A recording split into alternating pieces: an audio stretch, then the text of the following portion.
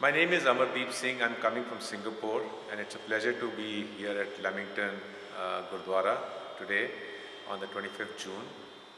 Today we're going to be talking about a few things out here. One is about my journey of the 11 years and a message for inspiring the youth as to how a corporate executive walked on a path of legacy explorations, and that grew into the making of the two lost heritage books in which we mapped the Sikh legacy remnants in Pakistan across 126 cities and villages, a body of work which took us about close to 4.5, 5 years to complete, and then how that evolved into the making of the Guru Nanak documentary series, the 24-episode docu-series, which we started in January of 2019, and it has been a 5-year project which we've done in 5 languages, and the entire 24-episode docu-series is available on the website called thegurunanak.com.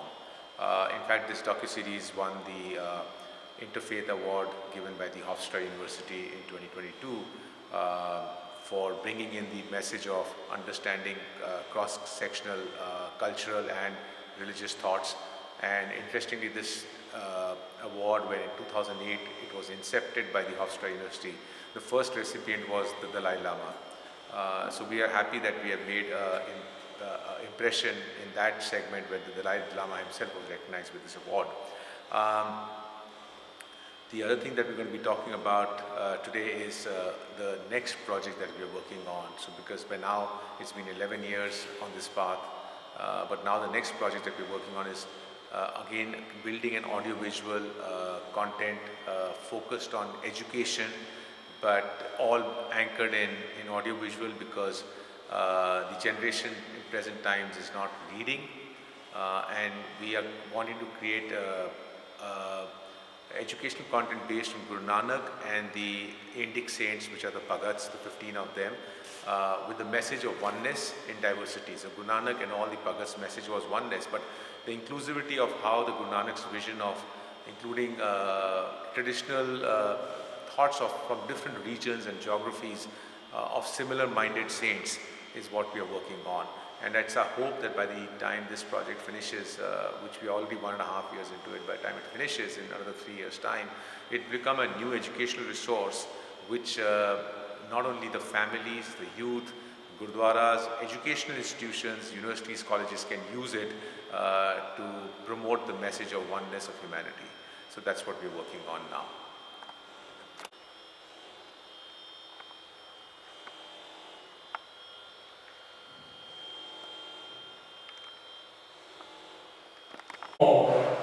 You are all welcome to today's event, in which we will be learning a lot about Guru Nanak Dev Ji's travel abroad. Ladies and gentlemen, Guru Arjan Dev Ji, Guru Nanak Dev Ji, he traveled about 50,000 kilometers inside and outside India, expressing the message of unity of entire humanity. And we are fortunate today that we have got somebody who will give us great insight into the travels of Guru Nanak Dev Ji and his mission. And I think we are already the quarter of an hour late, and therefore, without further delay, I would like to introduce by Amardeep Singh. He has produced a series of videos, amounting to 24 videos, documentaries, and he has also printed books about this, and these are 2 digital books that he has brought with him today. And he is undertaking further project to deal with Guru Nanak Dev Ji and 15 Bhagats whose body, whose secretaries are incorporated in Guru Granth Sahib, 6 secretaries. And for that, it's a long project. It will take nearly 5 years, and there is a lot of work involved. There is a lot of financial need that is required in that way. And I would like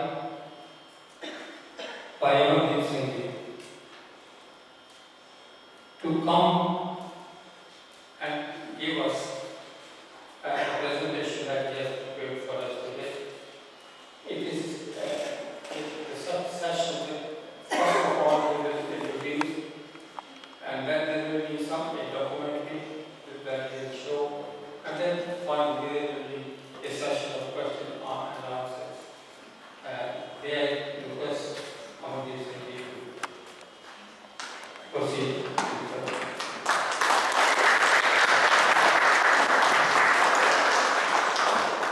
Thank you, Ji. And I would just like to thank the community in Leamington, all the communities who come here for today's session. Thank you for taking out your time. Vijinder, where is Vijinder? Okay. He has been instrumental in getting this program organized. So heartfelt thanks to him and to all of you who come here. And also to Vijinder, he's always there whenever I come here. So this is my second trip to this beautiful city. I was here way back in 2019. I was presenting in the University of Birmingham and Vijinder asked me to come over here and in a very short span of time we organized a program. The audience who may have heard me last time, at that time we were at the inception of our project, the making of the Lunar series. So, Vijinder requested me today to spend some time covering 3 modules. So, today's evening is divided into 3 parts. He wanted to first and foremost talk to the youth. And I think in my mind, everyone's a youth, right? It doesn't matter how great it might be, everyone's a youth. There's a learning for everyone. I still continue to learn at 58 years of age. My mind is still young and it keeps looking for things to learn. So there's a youth in every one of us, right? So the thing that he asked me is that through your journey, give some inspirational message to the youth, right? So I said, okay. And then the question is, who am I to inspire the youth? We'll come to that. The second part is, just briefly introduce the new project that we're working on, Oneness and Diversity. And then we'll just get down to this reading of a 50-minute documentary, which is not yet released. And Leamington community is the first one in the world where I'm actually showing it. It's scheduled for release in the first quarter of next year. But as I'm traveling around, I'm happy to show it because it's a part of a very large project, which is a 5-year work, Oneness and Diversity, which is comprising of Guru Nanak and the Indic saints. Indic means saints of the Indian region, which is the subcontinent, the entire subcontinent, Pakistan, India, from the Sufi saints like Baba Farid to Kabir Ji. Some say he was a Muslim, some say he was a Hindu, to Joydev from Bengal, to Namdev from Maharashtra. Basically, a footprint of diversity across the Indian subcontinent. That through the one seed that Guru Nanak in his journey sowed came together in the scripture that we actually enshrine in the every Gurudwara, the Sikh temple. And when we bow, we are actually bowing to all the faiths. And that's a big message of inclusivity and diversity. And today is going against that. So we are working on that project. I briefly want to introduce that, and then we'll get down to the documentary, which is Guru Nanak introduction. And this documentary is coming in from the need because what we created prior to this introduction documentary was a mammoth piece of work which has taken us 5 years. Allegory, the tapestry of Guru Nanak's travels, which is a 24-episode documentary series. It's 20 hours of content, but 20 hours of content is not everyone's appetite to digest. There are diehards who are seeing it, and we continue to get a lot of feedback. And I can tell you, I'm speaking to Sikh community out here, but don't mind if I'm going to say something which is a harsh reality. There are more non-Sikhs who are expressing their thoughts to us than Sikhs. But the question then is, either Sikhs are not seeing it or they are not expressing it. I don't know the answer.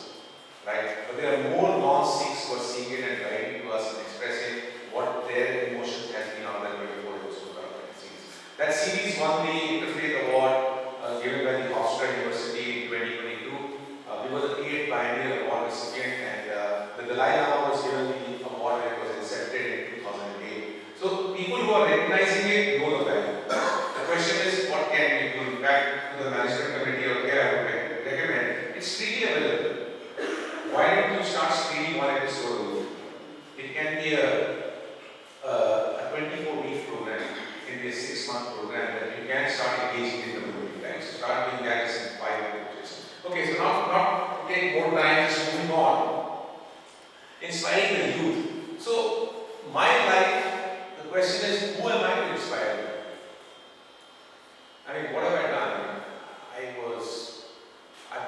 myself am navigating through the midst of life. This is a photograph that I took in Burma.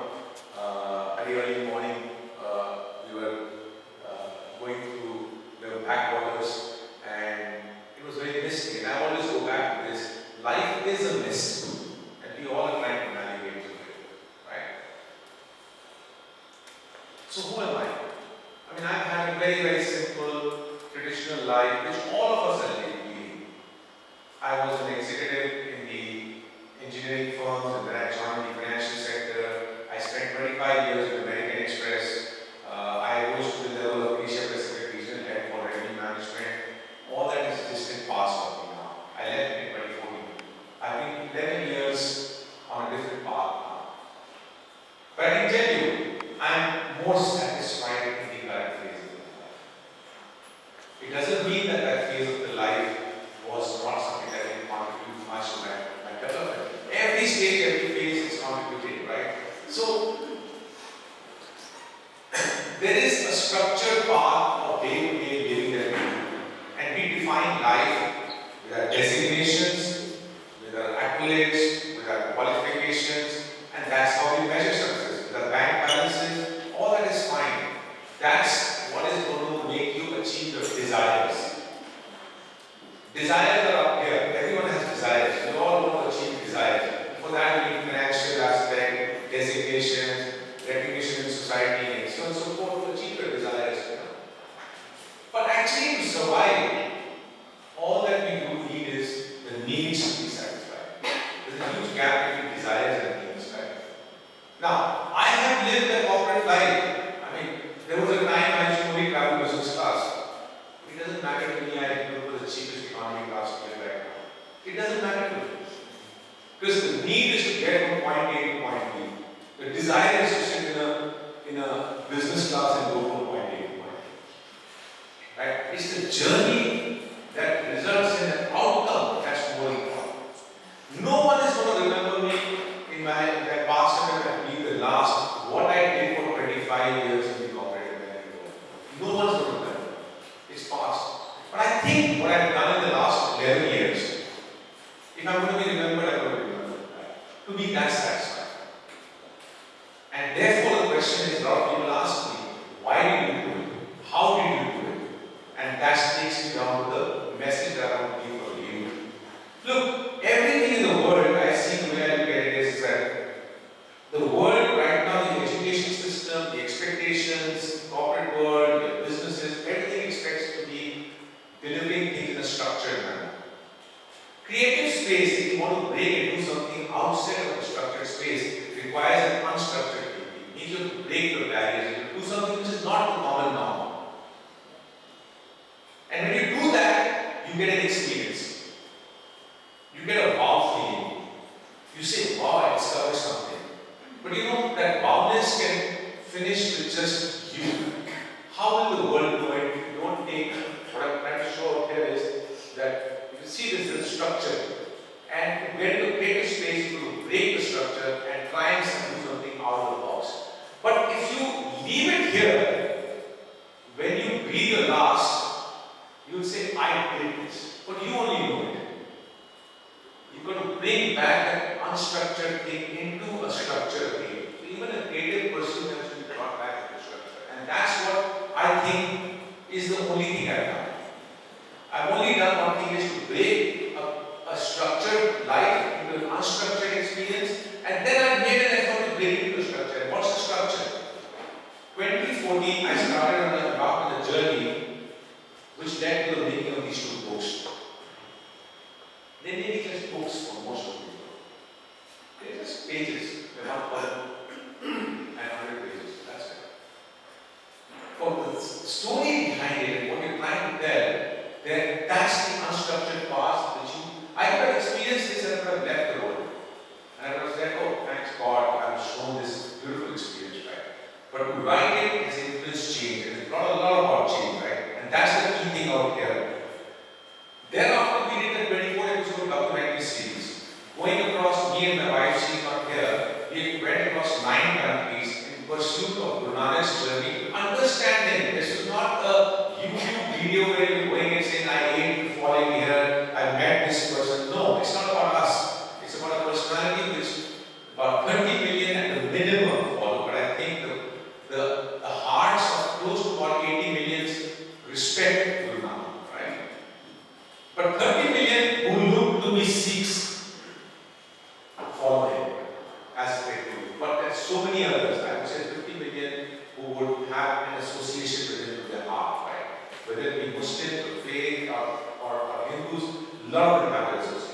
So we went on a journey on his footsteps. I'm going to talk about that. And now what we do. So the question that comes up is, I was asked this question by a young lad who's come from Birmingham, who's sitting and having a cup of tea right now. He asked the question, how long did you take to do this documentary series? And I looked at him and I said, how back do you want me to go? Because mostly we think of a project as a start date and an end date. When you break a structure and you get into a creative aspect of pursuing your desire to get something out which no one else is focusing on, then it's not a project start or a project end. Something has happened behind it, which is the layers and layers of your sweat equity that you put that has taken you to a point. So the question is, why should you be chosen to do things like this?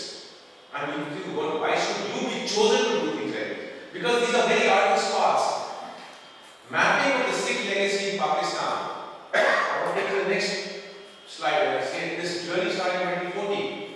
This was the Indian subcontinent in 1947. The East India Company came from Calcutta and started expanding. And India started becoming a part of the East India Company. It was in 1849, after the Second Anglo-Sikh War. And the British had already, or the East India Company was already ruling India for more than close to about 150, 160 years. But the last empire that they finally entered was the Punjab. And that was in 1849. This was the last empire, which you're seeing up here in yellow. It was headed out to Lahore. It was known as the Lahore Darbar. Once they entered this, 1849, and then this became the British India. And 1947, 98 years, they left this land. And it was divided based on religious denomination. Muslims heading the east and west of Pakistan, which now is Bangladesh, so east and west, and the rest was India. And what happened with this kingdom as a part of that partition was that 70% of that land went into what became Pakistan. 10 million people moved, 1 million people died, all faiths people died. We include Muslims. All faiths people were uprooted.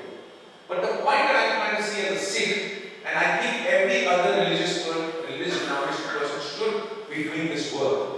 A Hindu should do it, a Muslim should do it, and no one talks about the Jain faith because the Jains were a large number in the region of Punjab.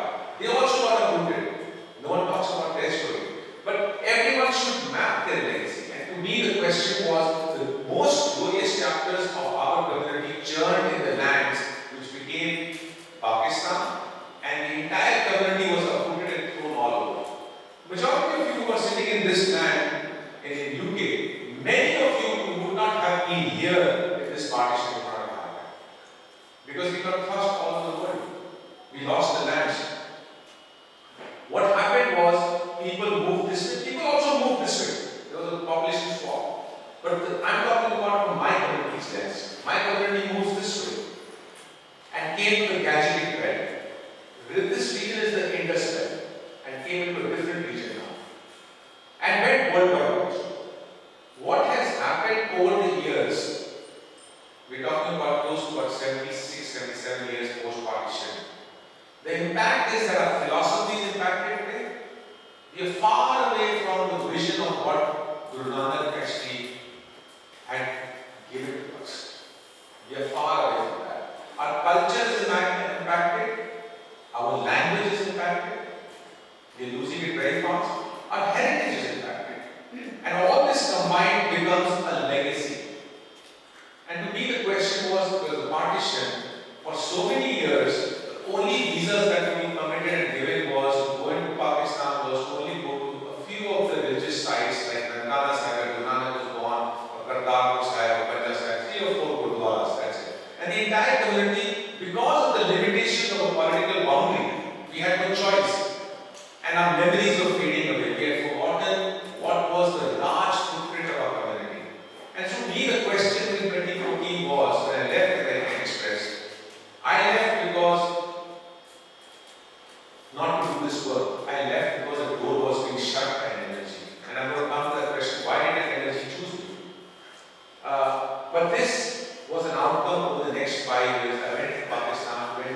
126 cities and villages, and this documentation happened. It was no bed of roses. Today a lot has changed, but in 2014, no one was rolling a red carpet for you.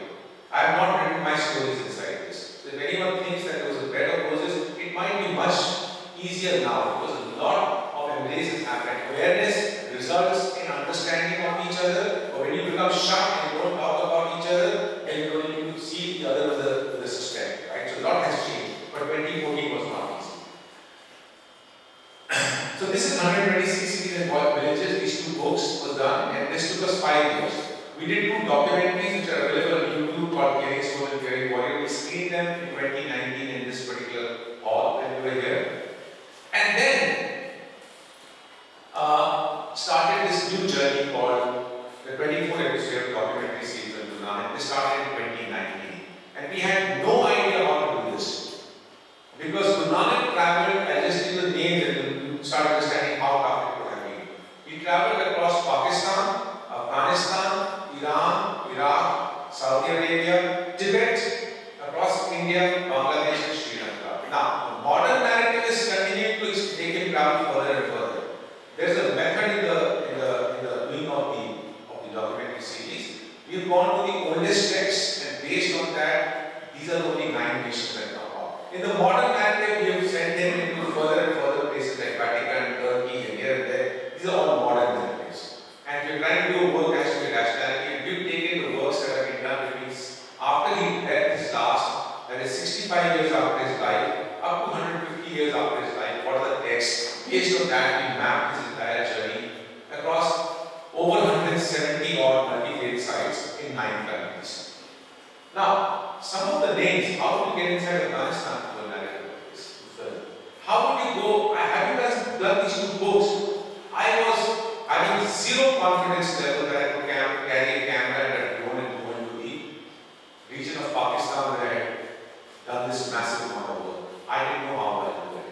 I didn't know how I'll take the cameras and drones and go into Tibet and do it. Even take India, where my life was not on threat, but to take a drone and fly it over, let's say, Jagannath temple, or as a Sikh, if I go to my own holiest shrine, the Darbar Sahib or the Golden Temple in Amritsar, and if I try and take out my big camera, I'll be stopped by my own people. They will not first see what I've done. They will stop me. Actually, it's very tough to do this in this world. But something was blessing us and we went ahead and did it, right? I just want to show this documentary trailer and then come down to the message that I want to leave for the youth.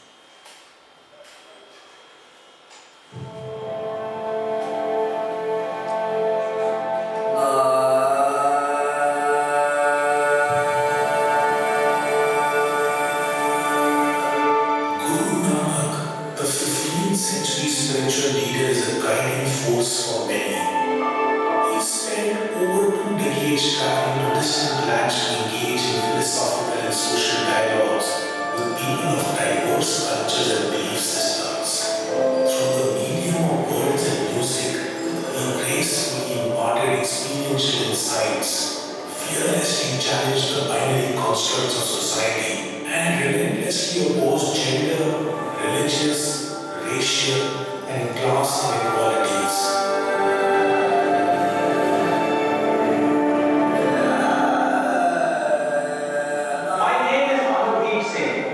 I retrace the life events of Guru Nanak as narrated in the earliest historical text.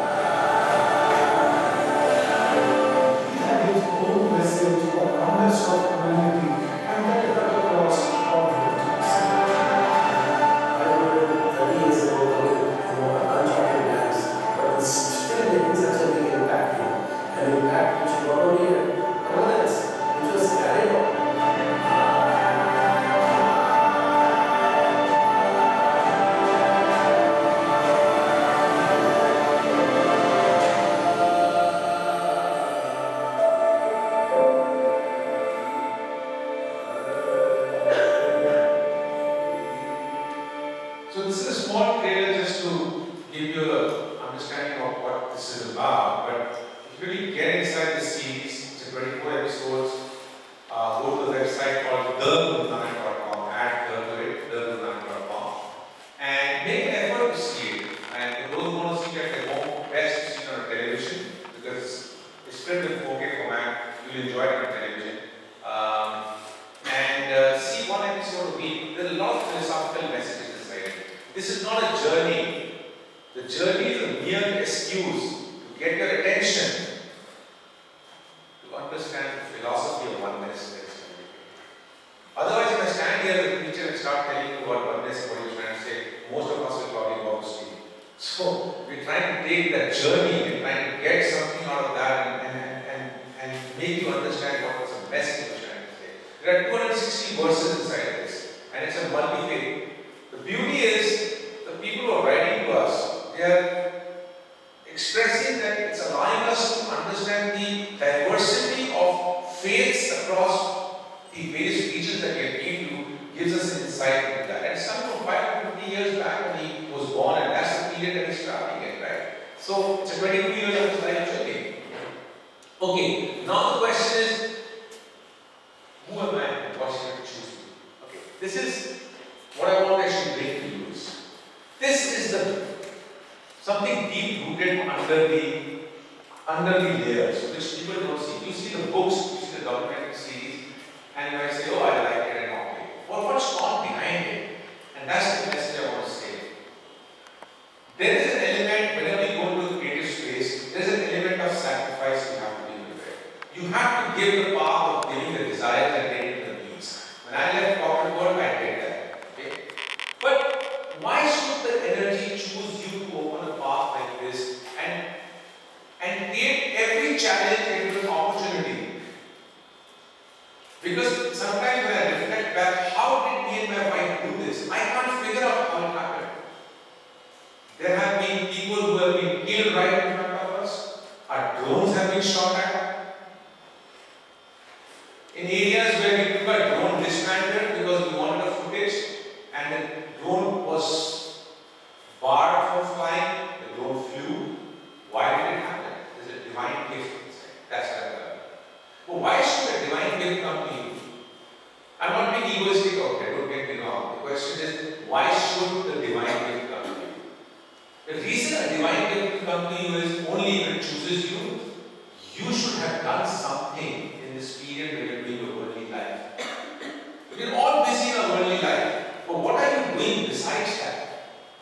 At a young age of 17 years, I was delving into history. At the age of about 23, I was delving into philosophies. Not just my faith, many other philosophies. There was a time I wanted to be an atheist and I don't shy from it. Because it's good to experience the other side of the spectrum to understand where is the value. It's good to experience everything, right? To experience light, you must know what is darkness. Right? And there was a time when I lost faith. It's what I was studying in the philosophy gave me the spark of light in Kabirji's words. And I will translate it for those who don't understand our language. But he says, Khalak, Khalak, Khalak mein Khalak. Creator is the creation, creation is the creator. You don't need to look at anyone outside. And the day that dawned, I was confused. I had come to an extreme end and I had lost faith.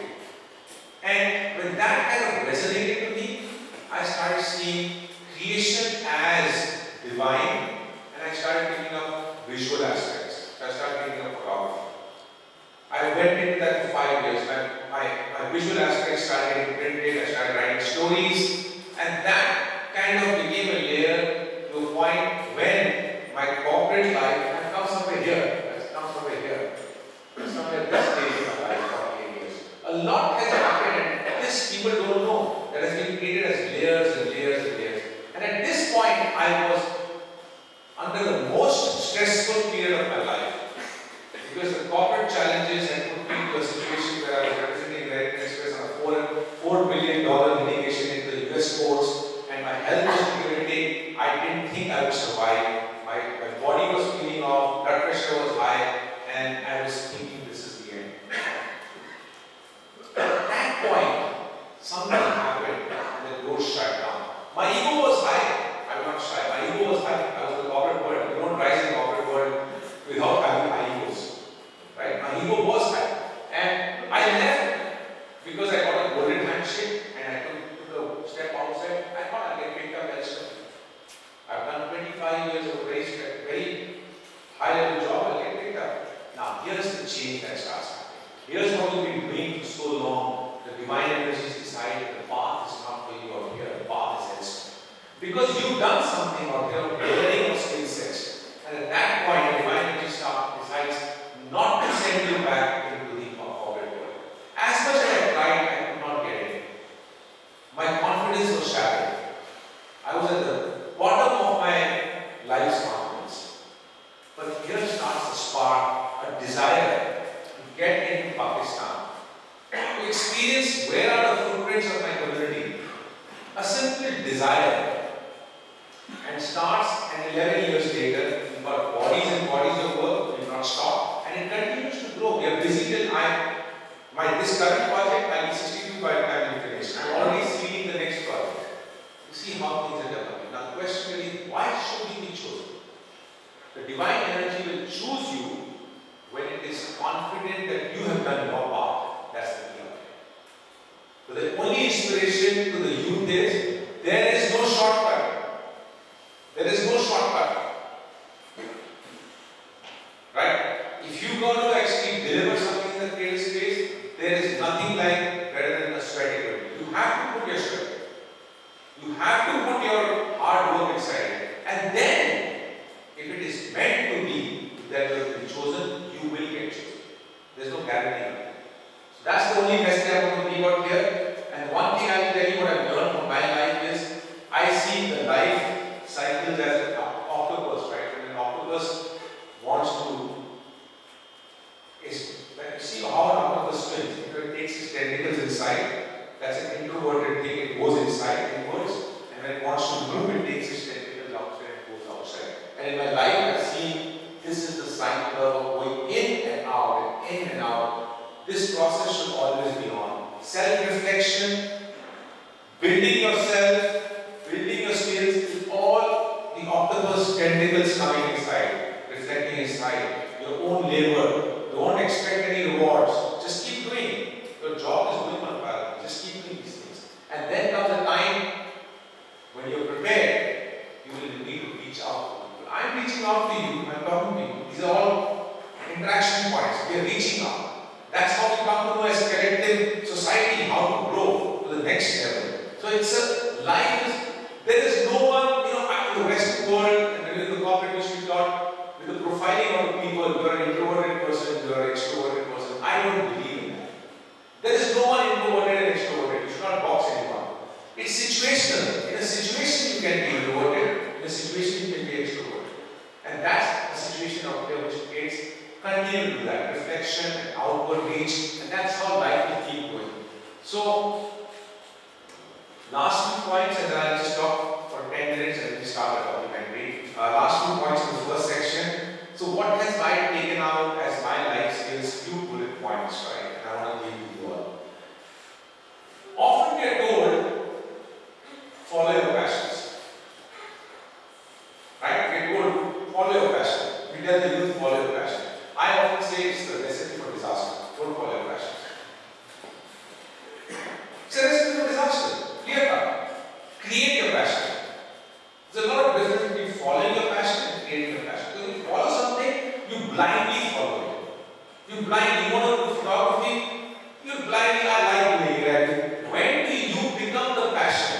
When you become the passion, your photography will come to a point where you become a professional, artistic photographer. But for that, you have to become the passion. So don't follow it, create the passion. That's it. Passion is still there, create it. Second thing is, don't shy from trying new things. Keep trying. I've done many things in my life, many parallel things, right? But when you mature, that's when you mature. Take baby steps. Take small goals. Next goal, you want to become a gardener?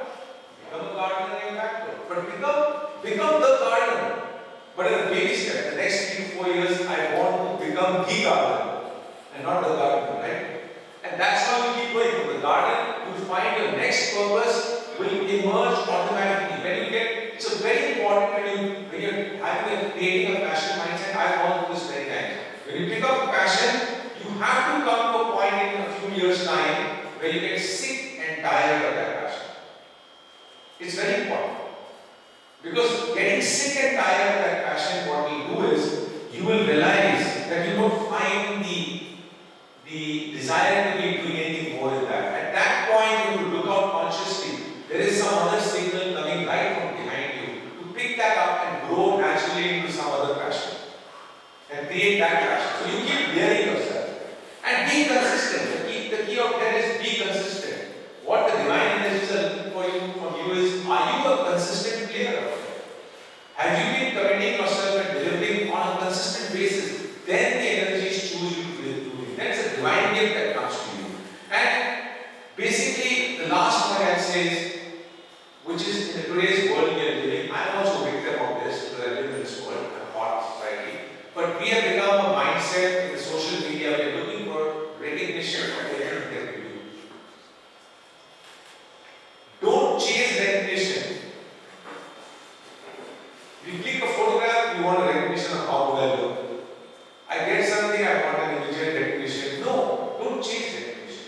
Let your work speak for itself and let recognition chase you.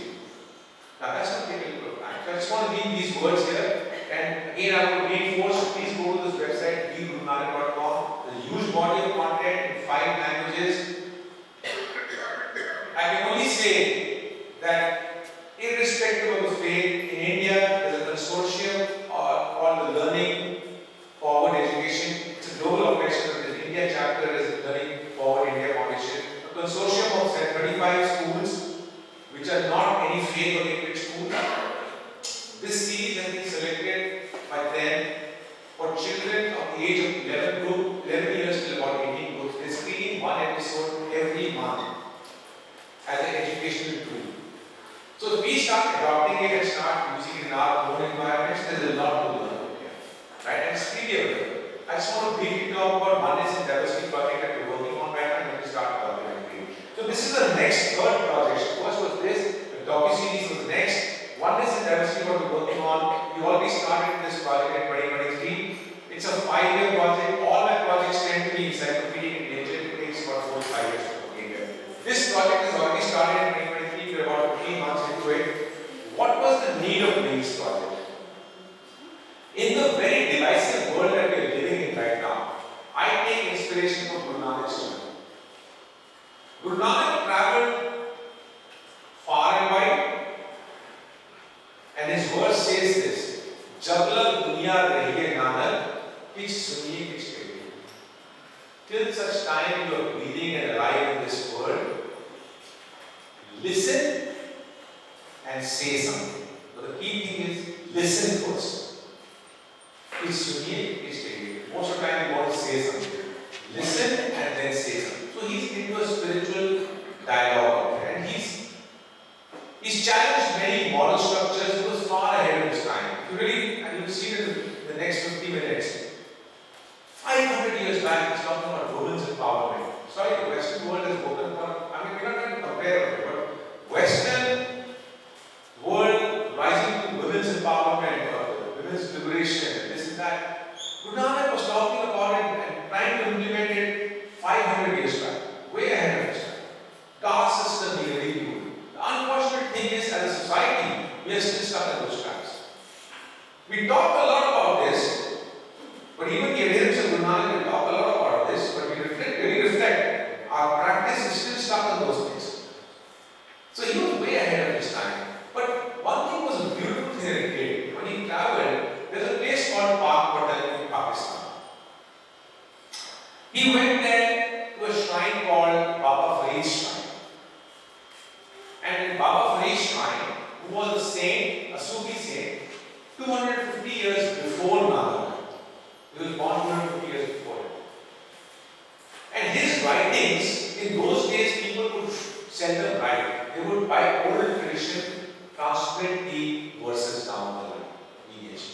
So his writings were being passed down the lineage, and they should be sung in the shrine and recited in the shrine. And when Guru Nanak went there, he went there twice on 2 occasions in his travels. And he started documenting his verses.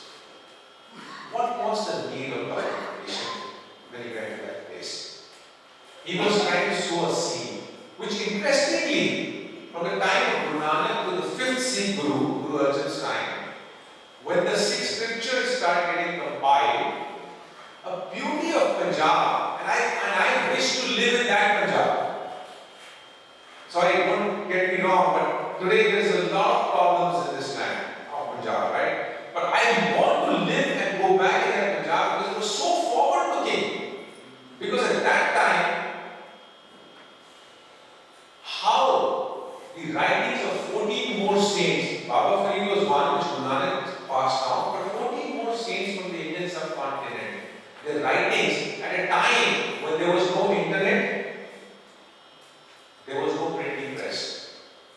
Imagine how tough was the information flow across the subcontinent.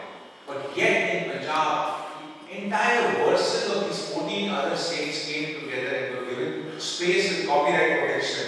Copyright is a very modern term, but every person's name, if it's Kabirji's verse or Faridji's verse or Namdev's verse, they're all written with the headers. No stealing, nothing. It's a copyright protection, and they were given space inside the gun, inside the scripture. That is the reflection of diversity and inclusion. What we talk about in today's corporate world. Guru Nanak is all about oneness. Because he says, Ek Omkar. Omkar is the creative energy which takes a form, is intertwined into the oneness. It is oneness. It's intertwined into oneness. But what is also to be kept in mind that along with that oneness, his small action of going to Baba Farid's place later on results in the message of diversity and inclusion coming in from the space given to such a diverse spectrum of saints' writings. And that, I think, deserves an attention in today's world as an educational content. And that's what we're doing. I just want to show you this small documentary, just a small clipping, and then we move to the next slide.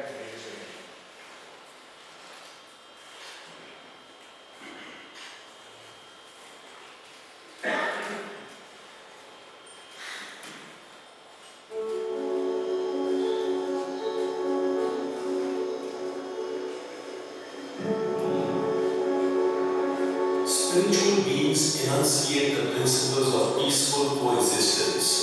They build bridges of unity by overcoming the falseness of duality that is created by society. The bliss of universality can be experienced when unity and diversity is embraced. My name is Amardeep Singh. I will be tracing the memories of saints and Sufis, the Bhagats of the Indian subcontinent, whose philosophies are intertwined with those of Guru Nanak and are enshrined in the Guru Granth Sahib. During the medieval period, the Indian subcontinent was experiencing a political, religious, and social downturn. Caste divisions, ritualism, oppression, and anarchy in corrupted society.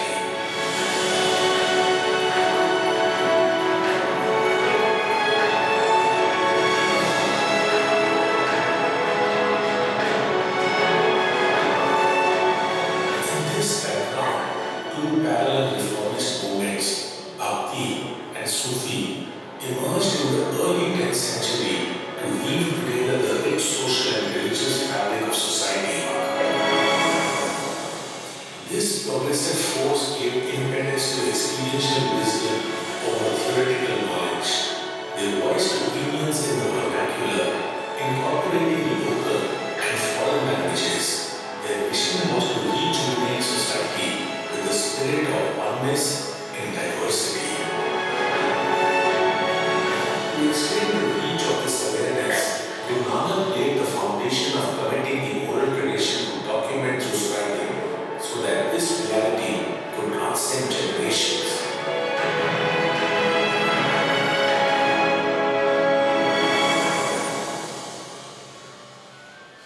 So it's a massive project that is underway right now, comprising of a body of about 1,700 verses, of which about 928 are of Guru Nanak, about 450 plus of Saint Kabir.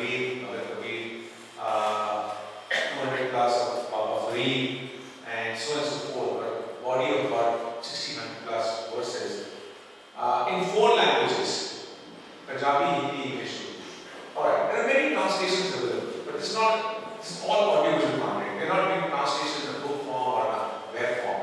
We are giving our expertise in audiovisual. Because people in today's world are not reading. You give them another book, another website, no one's going to read. The hope is that you create bite-sized audiovisual content that can be used for educational purpose. That's what we're coming down to. So the whole idea here is that how in 4 languages we create audiovisual content with the entire, no one till date has recorded the entire verses of Guru Nanak in the musical measures, the rags they have been sounding. No one has done it for Kabirji. No one has done it for many of these. We are not trying to do a Guru Granth Sahib project, but it will just the Indian saints, 15 of them, and Guru Nanak start with as phase 1. But that itself is big. The problem that I foresee right now is, look, knowledge comes in layers. We've got to give credit to everyone before us who have done great work, but there's always an opportunity to improvise. When I sit in the Gurdwaras and I see when we are reading the translations of the scripture, there are huge challenges inside. And if we don't start taking an action right now, 20 to 30 years from now, you'll have 50% of your population, which is the female population, questioning what are you trying to say, because all our translations are hero-oriented. All our translations are hero-oriented. We have excluded the fact that we don't have got the fact that divinity has not got anything to do with a masculine or female aspect. It's gender neutral.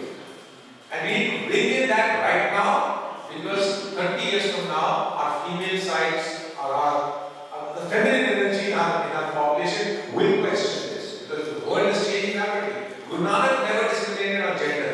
The translators discriminated on gender. That's one. The other thing is, there's a huge disconnect out here is that we are representing God as a concept that many other traditions project as, and that's come into our translations. And excuse me, but I have to say this, but the Abrahamic concept of the God typically happens to be distant, one, but away from us. But in the Sikh tradition part, it is in and within you and right here. There is nothing outside. And the moment you start putting God as something distinct, then you are aspiring for a situation of heaven and hell. Heaven and hell is all in the concept of our actions of here. There's a huge fundamental difference. And our translations that have been done 50 years back or 100 years back have brought in, with the influence of the European translators, a bit of an Abrahamic concept, and that needs to be corrected. That needs to be corrected to the next generation. We are showing those translations in the Gurdwara, and I don't connect with them. And that's why we gave this documentary series as Allegory, a Tapestry of Guru Nanak's Travels. Allegory is a metaphor that exists in the entire narrative of Guru Nanak. The saints don't talk in literal language. The saints talk in metaphors. And when they talk in metaphors, you can't give a translation which is literal. For a simple word, the Punjabis are able to understand. Charan Kaman. Our translation says lotus feet. What does it mean? I don't get it. Right? So there are so many words that have been understood and written in the metaphoric sense. And we are trying to do this in audiovisual format. Okay, it's a massive project, but as we start doing this, we also need to introduce each of these things. Now, we did a massive documentary series in Guru Nanak. Not everyone sees that. 24 episode is not everyone's cup of tea. No, not many people read encyclopedias.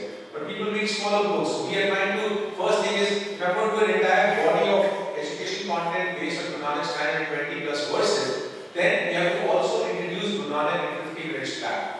That's the documentary you're going to see. This entire content will start getting alive by first quarter of next year. But what I'm going to show you now after this is Guru Nanak in 15 minutes. Because as a community, we have not presented Guru Nanak in Punjabi, Hindi, English and Urdu, devoid of mythical aspects, devoid of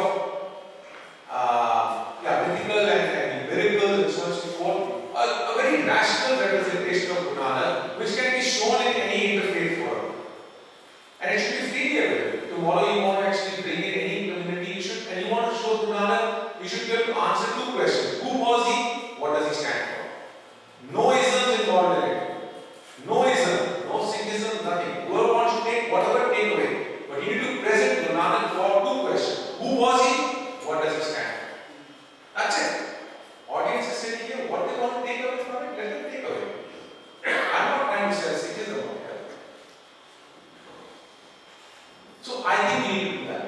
start doing that, we need to do it for all the other 15 others naming saints also. That's one part of it, and then we need to do all these. And the color coding is just created for a huge body of work, and this will start becoming alive from next year, first quarter, and then it's going to take us 3 more years to put it into the education aspect. My hope is that some universities, some colleges, some institutions start taking this as a learning tool, learning resource.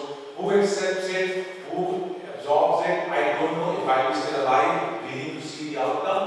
But unless we do it, there is no hope. Right? So everyone has done their part in the past, we need to do our part, take it to the next level and do it. That's what taking is. With that, I want to actually leave this and start the documentary. Can I request for this section, if the video recorder can be switched off, because this is an unreleased content. Committee of Gurdwara also. The entire discourse of the 24 episodes is lying free of charge on the website thegurunanak.com. Please consider hosting one episode every week. It's in Punjabi, Hindi, English, Urdu, whichever language you want. At least it's a way of kind of spreading the awareness of Guru Nanak's philosophy. This is just a small condensed form that you're seeing, but it's encyclopedic work. So I'm happy to take any questions. Thank you so much.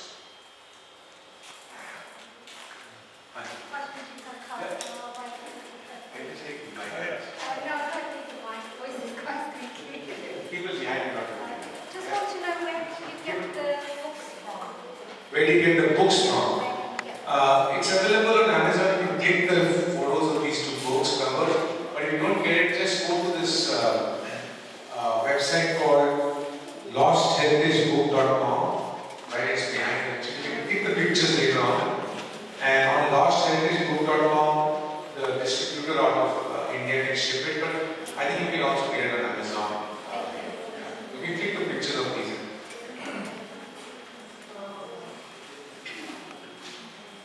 Yeah.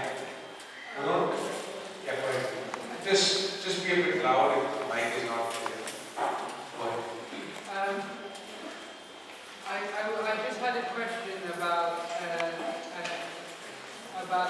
one of the verses I had read of Guru Nanak Dev Ji, or one of the Gurus, I can't remember which one. It was that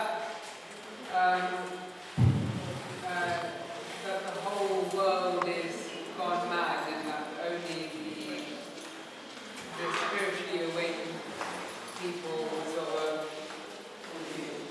The verse that I was referring to is Bin Nave Jab Kamala Pere Jab Kamala Pere Gurmukh Nidiyaya. And I was just wondering what your take on that, or what that message I should take away from that. So, the thing in these spiritual verses always is you will try and not take them, you should not take them literal. Yeah? They're all metaphoric expressions. Okay? So, when the name, right? We often don't understand what is the name that we're talking about, right? Name is nothing else, it's very situation. All the verses apply situationally to you. Your situation at this point of time or 40 years from now will be very different.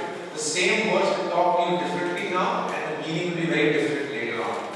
What it means is Naam is what? It's self-reflection, without contemplation. Contemplation is a way of reality check. But it's like what I told earlier in the part of inspiring the youth. When we are just engrossed in the worldly activity, which 99.99% of the world is in, what are we doing? Morning we thoughtlessly get up, eat a breakfast, go to a job, come back, eat a dinner, go to sleep. That's what we're doing. In and out, in and out, in and out. That's required for existence. We choose to hold it, which we are trying to do hard with all our boundaries that we are creating around humanity. Everyone's doing it, not just me. I don't think it's a me. It's the entire humanity is doing it. This is mine, this is yours, boundaries. Now let's take all guys out of oneness. I told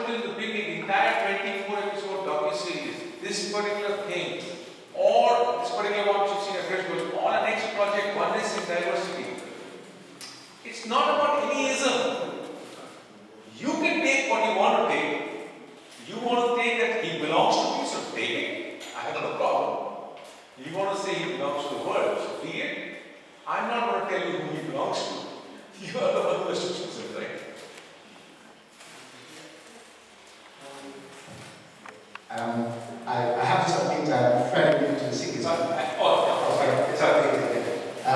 When I was walking, I might not have captured what you have said earlier. I saw your slide, you say structure and structure. Yeah. I'm not asking a question, I just want to give my own perspective and how I echo the message you sent across. I'm a structural engineer by training. I've got a PhD in structural engineering. But I think I quite like the slide emphasizing the structure. Because speaking in religion in metaphor, I'm not talking about the physical structure, but that is quite a good analogy to look at. A structure has several connotations. It makes up of elements, each individual, albeit small, insignificant. But when you build these elements together, it became a structure. A structure has also got the connotation of being strong. To make it simple, 1 plus 1 doesn't equal to 2.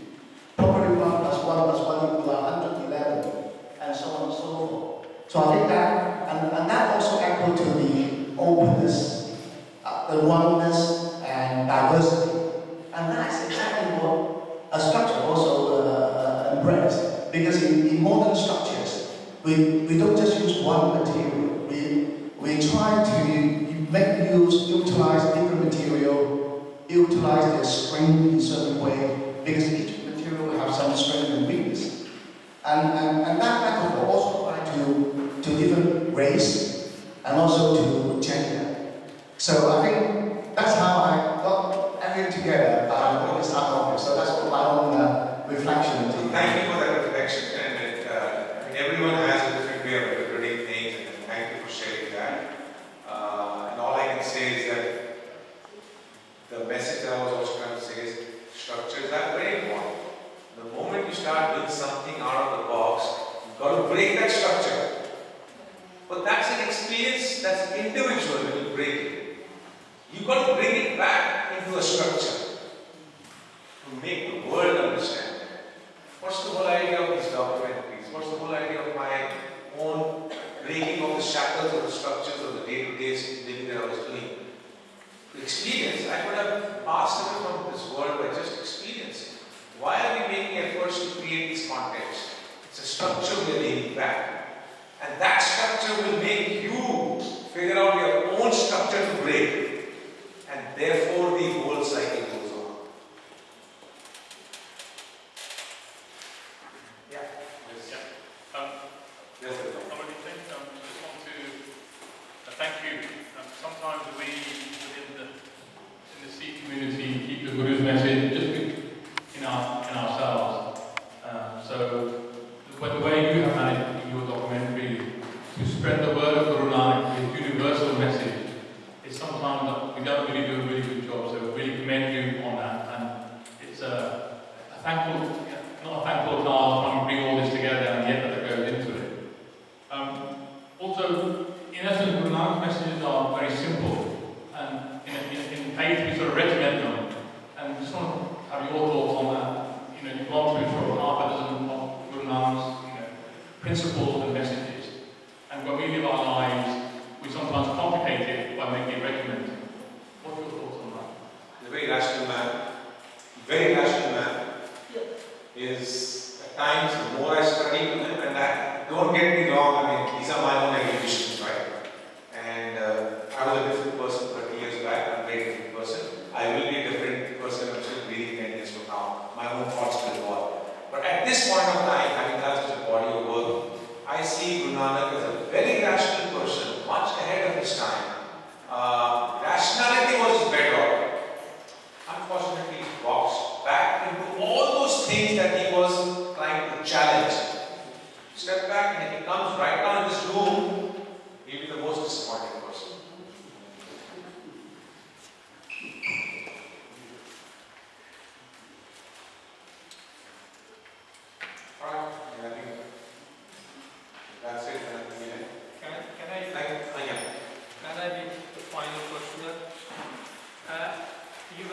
something about Guru Nanak Dev's travel.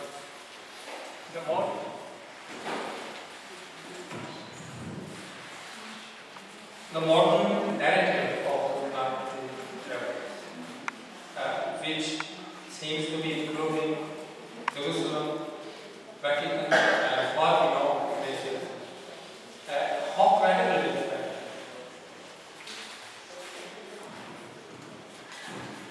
So his question is, how credible is the modern evolving narratives coming about? To be honest, I have no idea. I have no idea where Guru Nanak traveled. We made an encyclopedic work on Guru Nanak's travel. I have no idea where he traveled. Because he's written nothing about his life. You see it? The question I am not the one to answer, but I'll give you my insights. He's written nothing about his life. As I said earlier, if you have to understand Guru Nanak, if I was to stand here as a preacher and start telling you his sermons, you're all going to sleep. Right? So we have to take, and to me it's a beautiful story. Look, no one knows where Alexander traveled. No one knows. No one knows where Marco Polo traveled. No one knows where Yun Xiang traveled, right? Because their narratives were written much later. Yun Xiang, alright, there's some element, but it's expanded it on. Guru Nanak wrote nothing about his life. Does not mean he didn't write anything. He wrote 928 verses of spiritual upliftment. And that's where lies the importance that we have to give. We have to learn something from it. But the people of faith, after his life, as I said, I can only tell you the methodology. Because you can't throw the baby with the bathwater. Right? So 65 years after his life, up till 150 years after his life, there is a narrative that's written down. We have chosen to draw a line out there. And we've created a narrative. I'm not an expert on Guru Nanak's travel because Guru Nanak wrote nothing about it. Now, in the modern time, because of course people of faith, I think, I'm sorry, but it happens with every faith. Mine is better than yours.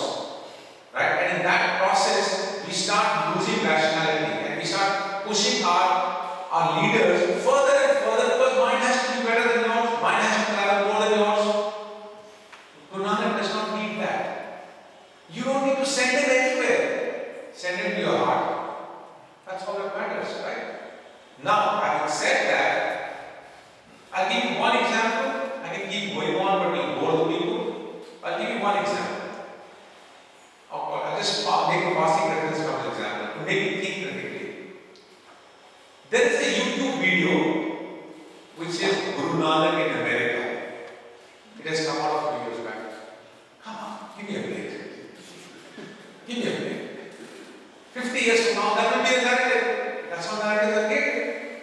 Right? Now I'll give you one example. You said Vatican, other places. Look, I've given you the map. 9 countries, oldest text, that's what is there. I'm stopping it here. I've given you a rational approach. I don't know the right or wrong. Okay? We try to understand his philosophy.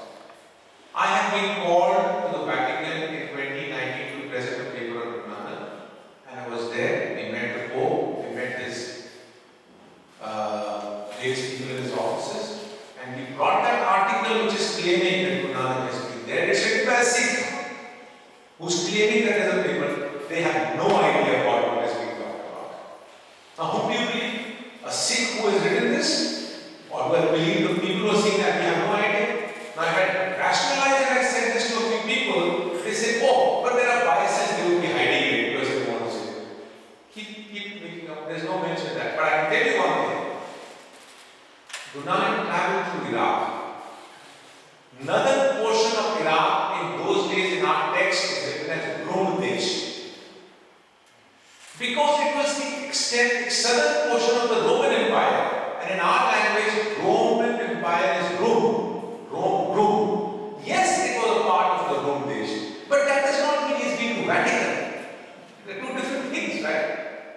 And the last thing I'll say, Turkey. They're saying that they're showing, there's a Sikh professor who's not to take the extra slab and says, oh, Nanak is written out here. Sorry, that slab at the Bosphorus was put by the last caliph of Turkey, who was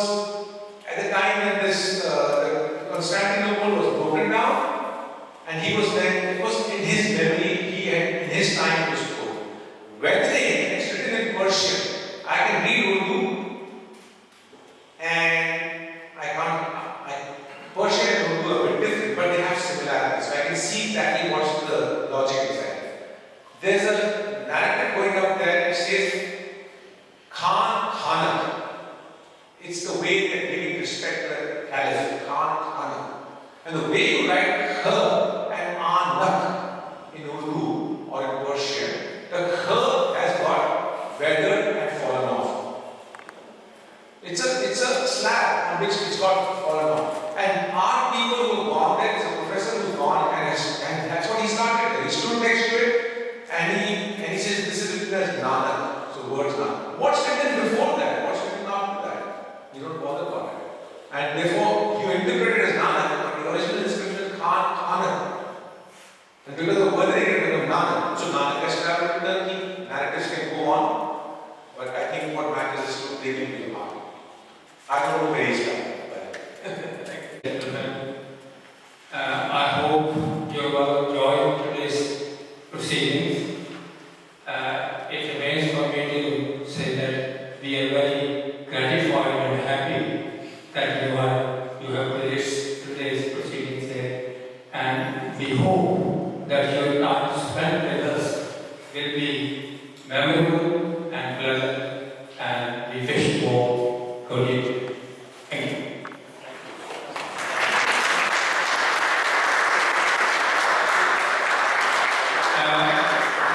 Ladies and gentlemen, as I mentioned before, please partake some